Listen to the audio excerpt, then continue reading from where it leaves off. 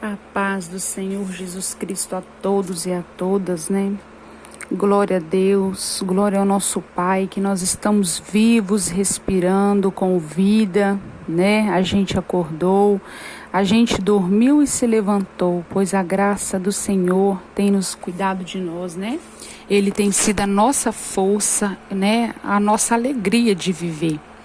Irmãos, a palavra do Senhor hoje é lá em Ezequiel, capítulo 14, versículo 19, amém? Só que aí eu vou dar uma explicação mais ou menos de todo o capítulo, amém? Glória a Deus.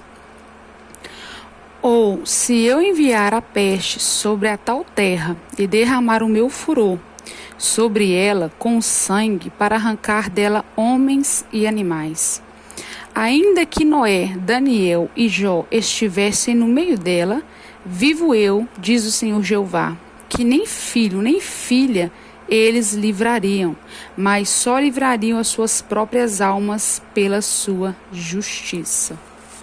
Que palavra, né, irmãos? Glória a Deus, né? Este capítulo aqui, né, 14, glória a Deus, aleluia.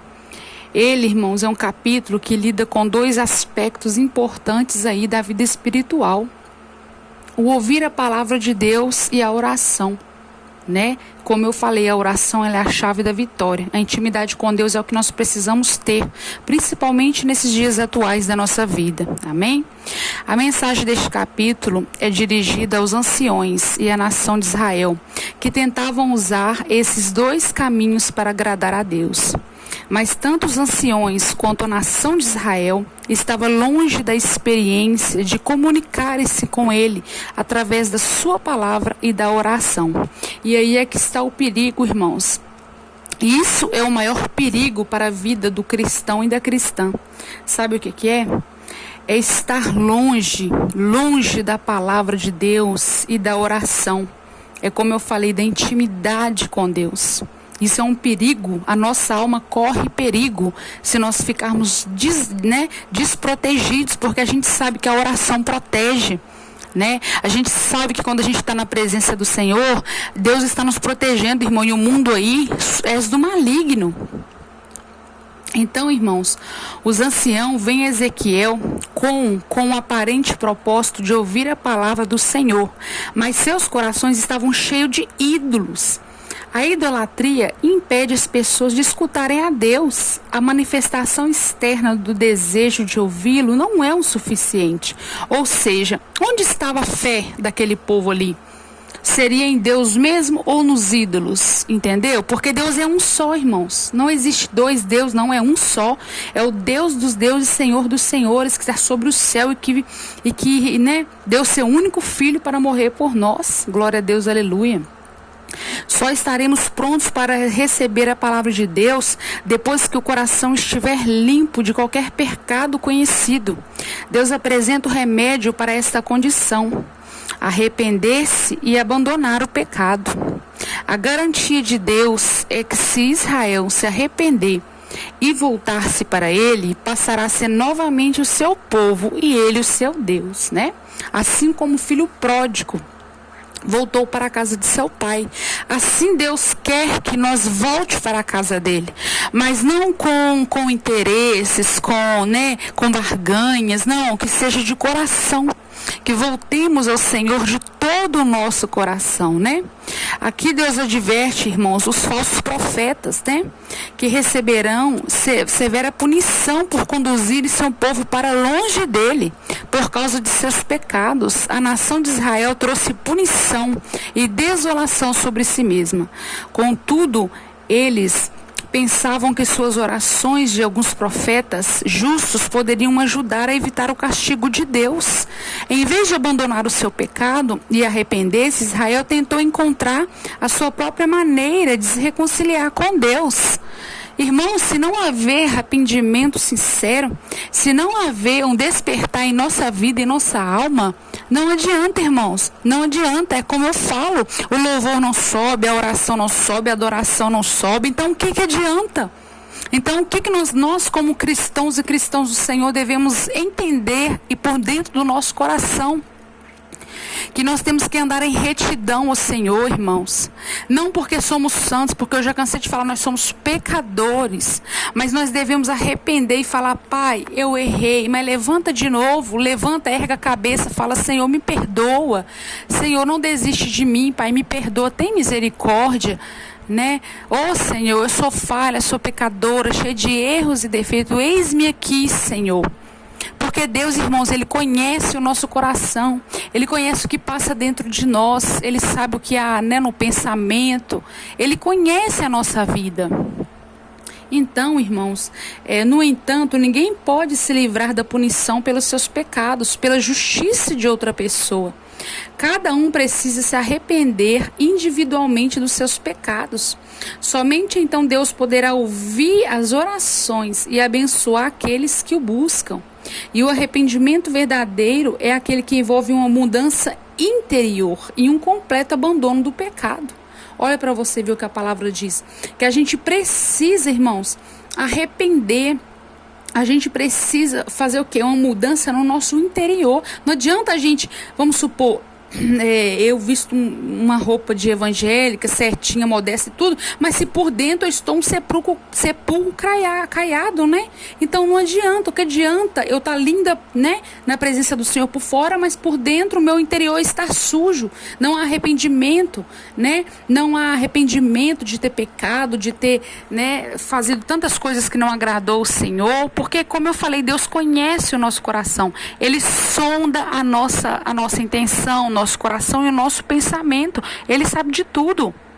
Então, que possamos, irmãos, ser testemunhas vivas do cuidado e fidelidade de Deus, ao demonstrarmos em nossas vidas o genuíno fruto do verdadeiro arrependimento, nascido de uma verdadeira entrega à submissão de Deus.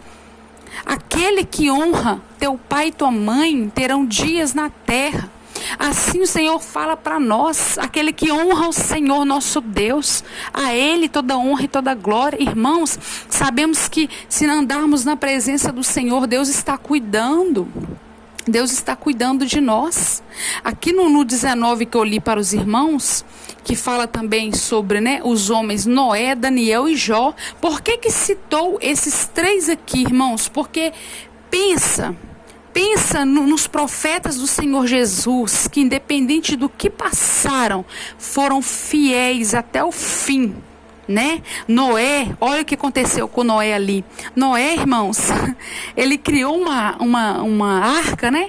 Que todos ali chamavam ele de louco, mas ele não quis saber o que as pessoas julgavam ele. Pode me chamar de louco, pode me chamar de que for. Eu estou ouvindo a voz do meu Deus, então eu vou fazer a arca. Então ele obedeceu à voz de Deus. Foi um homem fiel até o fim e deixou o seu legado, o seu testemunho.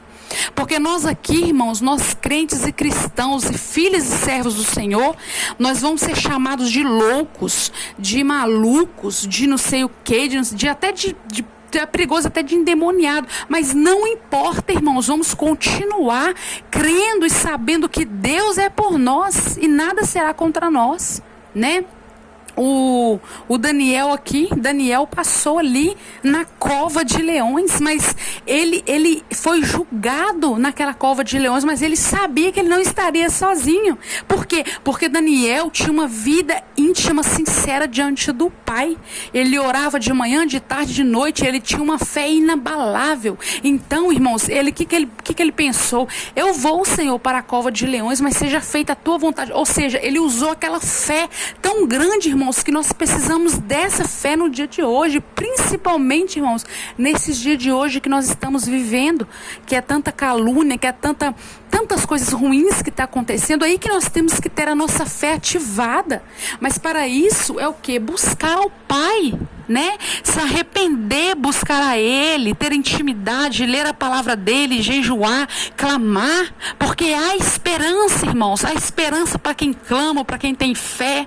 Agora, para quem só fica assim, não tem jeito não, eu sou um derrotado, é isso mesmo, aí não tem jeito, porque Deus não trabalha na negatividade, Deus, Ele trabalha na fé. Você precisa ter fé, ser ousado, ser ousada, ter fé e deixar que Deus, que não importa, irmãos, irmãos, o cenário que você está vivendo, não importa o vale que você está passando, não importa, sabe por quê? Aleluia, glória a Deus. Porque se Deus quiser, irmãos, é num piscar de olhos, Ele muda seu cenário.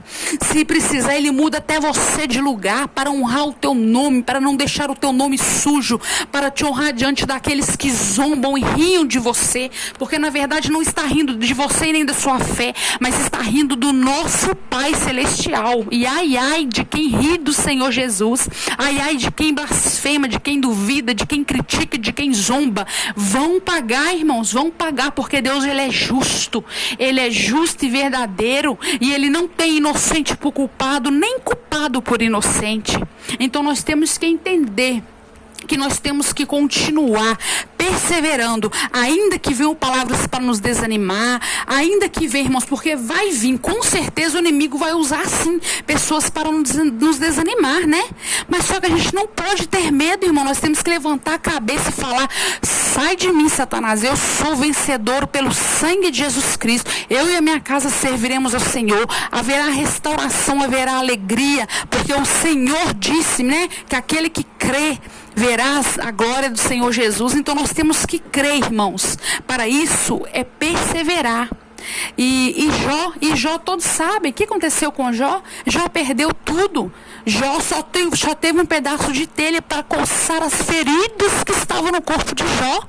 Mas Jó desistiu? Não. E a mulher de Jó falou: nega esse Deus e morre. Não, mas Jó não quis saber. Sai para lá, Satanás, né? Quem és tu para falar do meu Deus? Não voltarei para a casa de meu pai. Foi assim que Jó respondeu ela. Então, irmãos, nós temos que entender que a gente aceita o bem do Senhor, como Jó falou. Mas e o mal? A gente não pode aceitar? Às vezes, irmãos, quando a gente passa o mal, às vezes é Deus nos provando para a gente ser aprovado na prova, né? E quando não é isso, que for realmente algum mal, algum tipo de macumbaria, alguma coisa contra a nossa vida, o Senhor também destrói. Então nós temos que entender que nós temos que saber até orar e pedir ao Senhor discernimento. Pai, eu estou passando por esta luta, Pai. Assim que nós devemos conversar com Deus na hora da oração. Senhor, estou passando por essa luta tão grande, este vale tão grande, Pai. Se for uma aprovação do Senhor para me ser aprovado, me aprove, Pai. Me ajuda, segura na minha mão, porque eu sei que eu estou contigo, vai dar tudo certo. Porém, Senhor, se for porque alguém fez algum mal contra a minha casa, contra a minha família, né, uma bruxaria, uma feitiçaria, que o Senhor repreenda esse mal, corta o mal, joga por terra e me dá a vitória em nome de Jesus. Você pode ter certeza, irmãos, que Deus vai te dar. Você tem que ter fé. Você só não pode ficar falando palavras negativas, não, porque aí Satanás ri, Satanás gosta. Se você murmurar, se você reclamar e ter aquelas palavras negativas, Satanás vai rir, vai amar o que você está falando. Então você tem que ter fé, palavras positivas, fé e orar sem cessar. Porque, irmãos, Jesus está voltando. E a gente tem por obrigação, irmãos, cada um cuidar da sua alma. Porque, irmãos, olha, chegar no juízo final vai ser só eu, Deus e eu. Ninguém vai poder salvar nós. Vai ser nós de frente a frente com Deus. Então nós temos que entender que não é brincadeira, irmãos. O inferno não é brincadeira. Não é. Então nós temos que arregaçar as mangas e lutar. Jejum, oração, boca no pó, lágrimas no chão mesmo e clamar. Porque Deus está atento ao nossa oração, o nosso louvor e a nossa adoração. Então, é isso que eu deixo para os irmãos, né? Que a gente não tem, irmãos, outro Deus a ser adorado, ao não ser o nosso Deus. Então, o que nós devemos entender é que devemos deixar os nossos ídolos para trás. Eu não falo só de imagem, não, irmão, de escultura, não é isso, não. Eu quero dizer muitas coisas. Ídolo pode ser uma roupa que a gente gosta muito, um sapato que gosta muito, qualquer coisa, irmãos. Por exemplo, até um filho, até um esposo, até uma mãe, até um pai que a gente, nossa, idolatra muito não ama tanto a Deus quanto, entendeu, irmão, o que eu quero dizer? Então a gente tem que ter essa consciência que nós só devemos adorar acima de todas as coisas, acima de tudo, é Deus, o nosso Pai. A Ele toda honra e toda glória. Amém? Que o Senhor abençoe poderosamente a vida de cada um dos irmãos. Em nome do Pai, em nome do Filho e em nome do Espírito Santo de Deus.